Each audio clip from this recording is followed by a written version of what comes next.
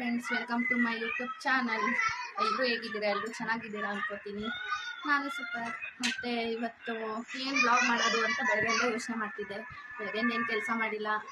ಈಗ ಎದ್ದೆಲ್ಲ ಕೆಲಸ ಮುಗಿಸಿ ಕೂತಿದೆ. ಆಲೇ ನನ್ನ ಗಂಡ ಬಂದ್ಬಿಟ್ಟು ಏನಾದರೂ ಮಾಡೋಣ ಅಂದ್ಬಿಟ್ಟು ಬಿಸ್ಕೆಟ್ ಮಾಡೋಣ ಅಂತ ರೆಡಿ ಮಾಡ್ತಿದ್ದಾರೆ. ಅದನ್ನು ನಿಮ್ಮ ಜೊತೆ ತೋರಿಸೋಣ ಅಂತ ವೀಡಿಯೋ ಸ್ಟಾರ್ಟ್ ಮಾಡಿದ್ದೀನಿ. ಬಿಸ್ಕೆಟು ಅದೇ ಇವಾಗೆಲ್ಲ ರೆಡಿ ಮಾಡಿ ಇಟ್ಕೊಂಡು ವೀಡಿಯೋ ಸ್ಟಾರ್ಟ್ ಮಾಡ್ತೀನಿ ಫ್ರೆಂಡ್ಸ್. ಅದು ಚೆನ್ನಾಗಿದ್ದರೆ ವೀಡಿಯೋ ಪೋಸ್ಟ್ ಮಾಡ್ತೀನಿ, ನೀವು ಟ್ರೈ ಮಾಡಿ. ಬಟ್ ಚೆನ್ನಾಗಿಲ್ಲ ಅಂದರೆ ವೀಡಿಯೋ ಪೋಸ್ಟ್ ಮಾಡಲ್ಲ. ಸರಿ ಫ್ರೆಂಡ್ಸ್, ಆಮೇಲೆ ಸಿಗ್ತೀನಿ, ಬಾಯ್. ಬನ್ನಿ ಫ್ರೆಂಡ್ಸ್, ಈಗ ಏನು ಮಾಡೋದು ಅಂತ ನೋಡ್ಕೊಬರೋಣ. 1 ಕಪ್ ಮೈದಾ, 2 ಸ್ಪೂನ್ ಕಡಲೆ ಹಸಿಟ್ಟು, ಮತ್ತು ತಿರ್ಗಾ 2 ಸ್ಪೂನು ರವೆ, ಸಣ್ಣ ರವೆ ಮತ್ತು ಬನ್ಸಿ ರವೆ, ಯಾವ್ದು ಬೇಕಾದ್ರೂ ಆ್ಯಡ್ ಮಾಡ್ಕೋಬೋದು. ನಮ್ಮನೇಲಿ ಬನ್ಸಿ ರವೆ ಇತ್ತು, ಅದನ್ನು ಹಾಕ್ಕೊಂಡಿದ್ದೀವಿ. ಇವಾಗ ಅದನ್ನು ಚೆನ್ನಾಗಿ ಮಿಕ್ಸ್ ಮಾಡಿ ನೋಡಿ, ಆ ಥರ ಚೆನ್ನಾಗಿ ಮಿಕ್ಸ್ ಮಾಡಿ ಸೈಡ್ಗೆ ಇಟ್ಕೊಳ್ಳೋಣ.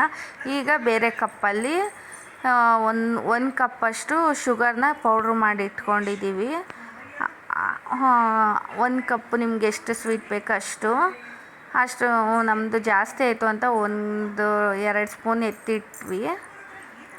ಅಷ್ಟು ಶುಗರ್ ಪೌಡ್ರನ್ನ ತುಪ್ಪ, 1/2 ಕಪ್ ತುಪ್ಪ, ಇವಾಗ 1 ಕಪ್ ಶುಗರ್ಗೆ 1/2 ಕಪ್ ತುಪ್ಪ ಹಾಕ್ಕೊಂಡು ಅದನ್ನು ಚೆನ್ನಾಗಿ ಮಿಕ್ಸ್ ಮಾಡಬೇಕು. ಅದು ಕ್ರೀಮ್ ಥರ ಆಗಬೇಕು, ಆ ಥರ ಮಿಕ್ಸ್ ಮಾಡಬೇಕು ಚೆನ್ನಾಗಿ. ಆಗ ಬೆಣ್ಣೆ ಥರ ಬರುತ್ತೆ. ಅದು ಮಿಕ್ಸ್ ಮಾಡಿದ್ರೆ ಚೆನ್ನಾಗಿ ಒಂದು 10 ನಿಮಿಷ ಆದರೂ ಸರಿ ಚೆನ್ನಾಗಿ ಮಿಕ್ಸ್ ಮಾಡಿ ನೋಡಿ ಯಾವ ಥರ ಬಂದಿದೆ ಅಂತ.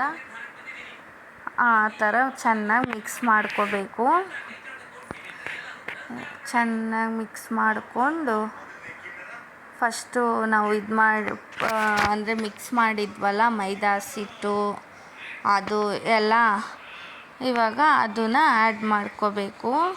ಅದಕ್ಕಿಂತ ಮುಂಚೆ ಬೇಕಿಂಗ್ ಪೌಡರು, ಬೇಕಿಂಗ್ ಸೋಡಾ 1-2 ಚಿಟಿಕೆ ಅಷ್ಟು, ಬೇಕಿಂಗ್ ಪೌಡರು 1 ಸ್ಪೂನ್ ಹಾಕ್ಕೊಂಡಿದ್ದೀವಿ.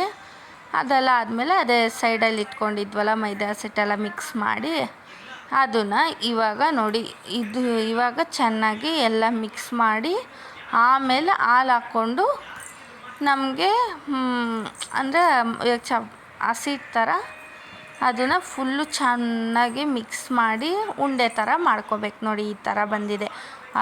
ಇವಾಗ ಈ ಥರ ಇತ್ತು, ಅದಕ್ಕೋಸ್ಕರ ಒಂಚೂರು ತುಪ್ಪ ಹಾಕ್ಕೊಂಡು ಮಿಕ್ಸ್ ಮಾಡಿ ರೌಂಡ್ ಕಟ್ಟಿ ಈ ಥರ ನಿಮ್ಗೆ ಯಾವ ಶೇಪ್ ಆ ಥರ ಮಾಡಿ ಇಟ್ಕೊಂಡಿದ್ದೀನಿ. ರೌಂಡ್ ಶೇಪ್ ಮಾಡಿ ಇಟ್ಕೊಂಡಿದ್ದೀನಿ. ನನ್ನ ಮಗಳು ಡಿಸೈನ್ ಮಾಡ್ತಿದ್ದಾಳೆ ನೋಡಿ. ಇವಾಗ ಓವನಲ್ಲಿ ಇಟ್ಟಿದ್ದೀವಿ ನೋಡಿ. ಓವನಿಂದ ತೆಗೆದ್ಮೇಲೆ ಈ ಥರ ಬಿಸ್ಕೆಟ್ ರೆಡಿ. ಹೀಗೆ ಇದನ್ನು ಚೆನ್ನಾಗಿ ನಿಮ್ಮ ಮನೇಲೂ ಟ್ರೈ ಮಾಡಿ ಹೇಗಿದೆ ಅಂತ ಕಮೆಂಟ್ ಮಾಡಿ. ಓಕೆ ಫ್ರೆಂಡ್ಸ್, ಬಾಯ್.